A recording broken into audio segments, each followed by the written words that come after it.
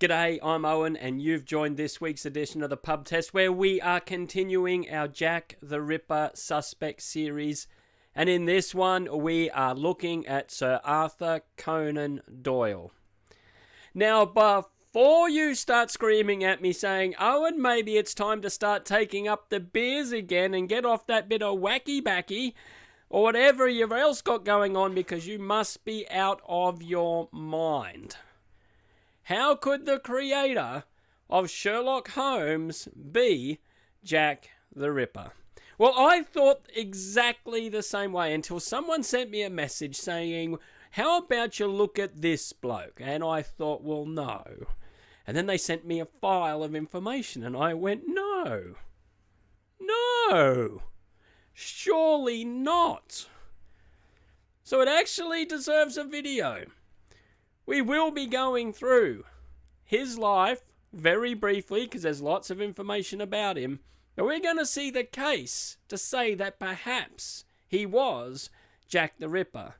And then we're going to look at maybe a couple of dissenting views that are out there as well.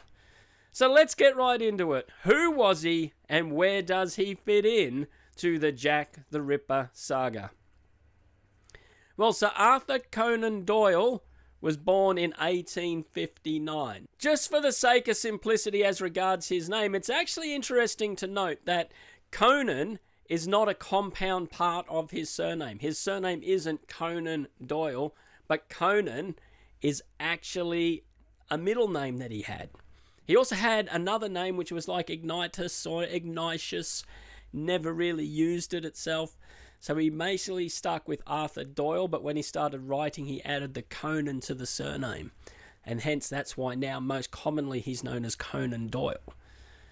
Just a little bit of information that is not all that well known. Now, there was a book written, The Strange Case of Dr. Doyle, also written by two doctors, a father and son duo, Friedman, I think they are. I believe that book was more infotainment, we would call it. So a bit of information, but mostly designed for entertainment purposes yet. There is a school of thought out there that suggests there is more to it than just trying to entertain people with a little bit of knowledge. They say that Sir Arthur Conan Doyle had two motives for committing these crimes. Firstly, revenge, and secondly, his ego. So we'll go through and look at the evidence that people point to saying that he was Jack the Ripper. Firstly, it is said that his father was not just an alcoholic, but perhaps he visited the women of the night and he caught that communicable disease, and that affected him being Sir Arthur Conan Doyle as he was growing up, because his father was not treating the family very well, not just because of the alcoholism. And it would say that maybe the attitude of his father rubbed off on young Arthur a little bit. It was stated that when he was at school, a teacher asked him, what do you want to be when you grow up? And he said, well, I want to be a civil engineer. And the teacher said, I could see you being an engineer, just not a civil one. Bit of a harsh statement that the teacher made towards his young student. So we see he wanted to be an engineer, but for whatever reason, he went to medical school. And he wrote his thesis so he could get his pass mark on that communicable disease that apparently his father had. So it said that this was a big issue in his life and how this disease was affecting others. But when he got his pass mark and he got certified as a doctor, his attitude towards others became more evident because he sent a little cartoon caricature with a holding up a certificate, and underneath it said, "License to kill." And that was a foregleam of what he was going to do in the future. Now, here's some more slightly interesting information, further proof of Sir Arthur Conan Doyle being Jack the Ripper. They had laws where they were locking up some of these women of the night who had the particular disease that people were catching so that they couldn't spread that disease to other people. But then they were going to repeal those laws, and that was in 1885. And Arthur Conan Doyle wrote this big spiel that got published in the papers, just absolutely slamming that decision, saying these women should be locked up. He went to town on it. Yet he wrote a letter back to his mother saying, look, I wrote this in the paper, got a big splash, and at the very least it got my name known because he was just starting up his medical practice. And so that was good publicity for him. Bit of self-promotion. And as we see, bit of self-promotion doesn't hurt when you're a creative as well, can get your work out so a lot of people can see it. So whether he truly felt as strongly as he stated in that article, that's open to question, but definitely he would have been making a medical statement saying, look, you've got to stop the spread of this disease somehow because it's impacting on lives massively. But because they didn't, did that trigger him then to commit these crimes? Well, it's of note that his first book came out in 1887, just before the start of the crimes. Another book came out of his in 1889, and the antagonist in that one committed crimes very similar to the Jack the Ripper crimes. Now, I don't understand how publishing worked back then, but I would suggest he had to have been working on that book during 1888. And so some people would suggest that maybe this was a retelling of the events that he had done. Other people say that, and Arthur Conan Doyle was very interested in the Jack the Ripper crimes. They say the fact that Sherlock Holmes, his creation, and because he created Sherlock Holmes, because he couldn't solve it, maybe there was a reason why he couldn't pinpoint who was committing these crimes. Because perhaps he knew it was him. And so he couldn't put the finger on himself. But it is of interest, and we'll get on to a further motive, not just hatred for these women of the night, but a further motive behind the way these crimes were done, which would point directly to him. But before we get there, there's another interesting aspect in the Dear Boss letter. Now, as we've said, his full name was like Ignatius or Ignatius Arthur Conan Doyle. And the letter I and J can be mixed around. So you could have J-A-C or Jack. And so some have said that the Dear Boss letter was actually written by Conan Doyle himself. And not only did he give himself the moniker Jack the Ripper, because that's where it came from the Dear Boss letter, but there was another detail in it where he was putting a signature in. And they'll say because the handwriting was very good in that letter, and there was Americanisms in it, it could easily have come from someone who was used to writing about characters. So you could get in character, write this with the American expressions in really good handwriting, and no one would necessarily be thinking it was you that did it. And they point out that the signing ha ha on that letter actually was a pseudonym that Conan Doyle was using, and he borrowed that from his grandfather, because Conan Doyle's grandfather was a cartoonist who did political satires, but he didn't use his name being John Doyle. He signed them all HB. And so now they're saying Conan Doyle used the HA for Arthur, signing off in that way and underlining it, pointing out this is a clue to the identity of Jack the Ripper. Well, that all sounds interesting, but did he actually have the capability to commit these crimes other than being medically trained? Well, let's have note that he served some time on I'd say a research vessel or some type of boat, but he got trained in skinning seals alive. Yes, that sounds horrifying, and animal rights obviously weren't very big back then, like so many other basic human rights that we have today. So no doubt people didn't treat animals very well. So it's hard to judge someone doing that as a really, really bad person. But my point being is, if you got very skilled, and apparently he picked it up very quickly and was good at it, you would have some serious knife skills. And when we consider the crimes, this ticks some boxes, because not only was he medically trained and would have had some understanding of anatomy, but he would have been quick at it and very, very skilled at it. So we're starting to line up a hatred for these women for ruining his family's life. He had the training in medicine and the knife skills. So could Arthur Conan Doyle have been Jack the Ripper?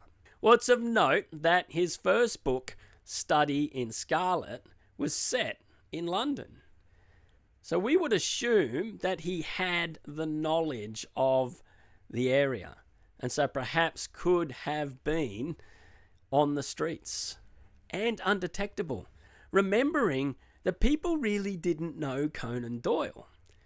Even when A Study in Scarlet took off, people knew Sherlock Holmes. Sherlock Holmes was famous. People were sending Sherlock Holmes gifts. In fact, later on, Arthur Doyle got so almost jealous of Sherlock Holmes that he killed him off after 6 books and said, "No, I want to write historical fiction." And that caused such an uproar, he had to bring him back. So he resurrected him back to life and wrote another 50-odd stories, including Sherlock Holmes. Added to that, he was a Mason, and apparently a high-level Mason, and people point to the symbolism of Freemasonry with some of these crimes. And finally, they say the last clue that he left was on his gravestone, being "Steel true, blade straight," referencing the use of the knife in the crimes. But why? Well, we've touched on one of the motives, the ruining of his family. But it's said that he had a higher motive. And that was he wanted to be remembered more than just for Sherlock Holmes. Because eventually that would disappear. No one would really remember the name of Sherlock Holmes, let alone the writer of it.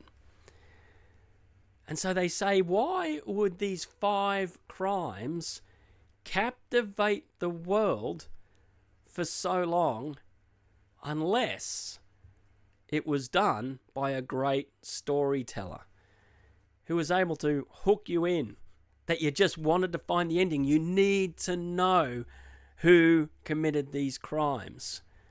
And when it was finally revealed, that final twist in the tale, well, you'd remember that person forever. Because it's stated towards the end of his life, he was worried about living on in some way. And so was this his plan all along? That his name would one day not just be famous for being the creator of Sherlock Holmes, but live on in infamy for being Jack the Ripper himself. Well, that is the case for Sir Arthur Conan Doyle being Jack the Ripper. But as I said, There are some dissenting views to this. Well, firstly, that cartoon that he sent back to his mother saying license to kill. Well, it'd be like getting a pest control license and then putting up on your Facebook page saying, I'm now a contract killer. Because you get contracts to go do a job and go kill some bugs.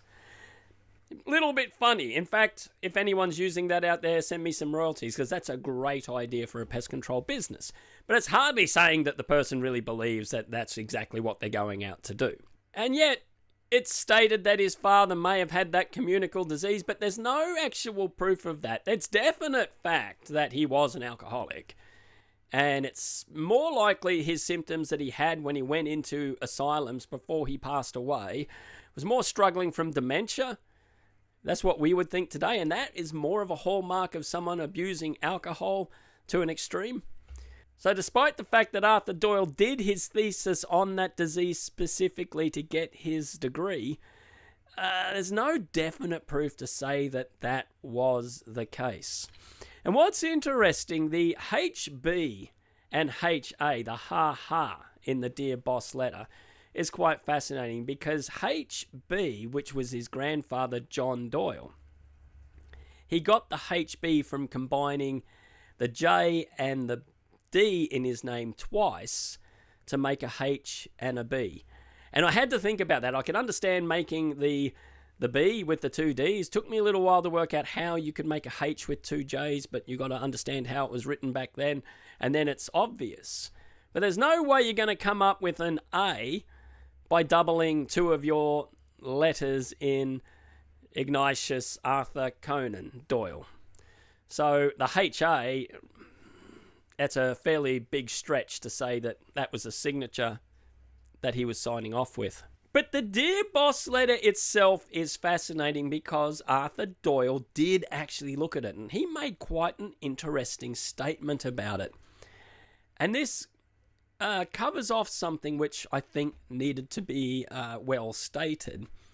Firstly, when he saw the Dear Boss letter, he got an article published in the paper, and he said, look, the police missed a trick here. Like, it's so well written, you can tell the person knew how to write. So it wasn't some pleb who was uneducated, who'd never picked up a pen before. And it's very distinctive writing. So why didn't the police plaster this everywhere, even in the United States, because of the Americanisms in it, and say, we'll put out a reward for anyone that can identify this handwriting. Even though I believe it's a forgery, at least you're going to eliminate it. So, yeah, it's strange that they never did that. And he was making these statements in about 1896. But what was really interesting was what he said before he even went on this bit of a spiel about it. Because he said at the start, I myself am not a very observant or clever person. See, he was making the distinction between himself and Sherlock Holmes, who he created. So he's saying, look, I'm not as smart as you probably think I am. I just write some good stories. And so the notion that Arthur Doyle couldn't solve these crimes points to the fact that he did it seems a bit strange on the surface of it. See, he was making a distinction between himself and Sherlock Holmes. He was the creator of Sherlock Holmes. He wasn't Sherlock himself. It'd be like saying J.K. Rowling was Harry Potter, Tolkien was Frodo, and George R.R. Martin is a fire-breathing dragon. Well, actually, I'm not too sure about that last one. We'd have to double check if he is a fire-breathing dragon. I've got no idea. But my point is, just because you create something doesn't mean that you have all those capabilities. And in fact, Conan Doyle knew exactly how to make Sherlock Holmes look super, super smart because he knew how the stories were going to end. He knew where to put the twists and turns in, but when it became obvious, everyone goes, I should have seen that. That was so obvious, and that's good story writing. Doesn't mean that you are that protagonist yourself. And also it has been stated that the descriptions of Jack the Ripper actually match Conan Doyle strongly. Like one sketch artists put it up from reading the eyewitness accounts, and it does look very similar. But as we've seen, the eyewitness accounts are very varied. So you could take maybe 2 or 3 of them and get any type of person. But I'd still be very interested to test out these sketch artists and maybe describe the person who's asking you the questions, get them to draw that. So say it's a police officer and you describe that police officer exactly. See what the sketch artist comes up with, and then see if that police officer would recognize themselves. Now, I don't know the training these people go into, but I'd be very fascinated with that as a test. So if anyone can organise that, let me know, and I'd love to see the results of it. And on the gravestone, the steel true, blade straight, could be a reference back to Freemasonry a little bit, but definitely it's a statement saying that you're dependable, you're like a solid knight type person. It's not referencing use of a blade against people in any way. And the idea that he did these crimes to gain notoriety forever. Well, I would suggest by about 1925, he would have realised there was no way anyone had made the connection to him yet. And therefore, there was possibly no way anyone would ever make the connection to him. So what would you do? You'd have to leave some clues. You'd have to start unraveling your story so people go, oh. But he never did. Now, unless there's some hidden paperwork in his personal effects that's never been released, I don't think we'll ever find any evidence of that sort whatsoever. And interestingly, and this is perhaps the most damning of all against the assertion, is that the book A Study in Scarlet, even though it was set in London, the geography of the way he describes it doesn't really match up. You see, Arthur Doyle didn't spend much time in the London area at all, let alone Whitechapel. There's no proof he ever went to Whitechapel. The book description in A Study in Scarlet is more referencing the town that he lived in. He would have visited London for sure, but he never spent a great deal of time there. So even though he may have had the skills on the knife, he certainly would not have known the streets and been able to get away as Jack the Ripper was able to. So as I said at the start, I initially would have dismissed this outright, saying you're joking, there's something wrong with you if you think that. But people have done a lot of effort in trying to match the evidence to suit the person for sure. So what do you think? Was Sir Arthur Conan Doyle the creator of Sherlock Holmes, Jack the Ripper? Let me know in comments down below. And if you've made it this far to the video, thank you so much for watching. It honestly, genuinely is appreciated. So if you haven't yet, look at that subscribe button and smash it. Consider it's Jack the Ripper doing all these atrocious crimes and just hook into it. Smash that thing out. I'm Owen. You've been watching The Pub Test, and we will see you on the next one.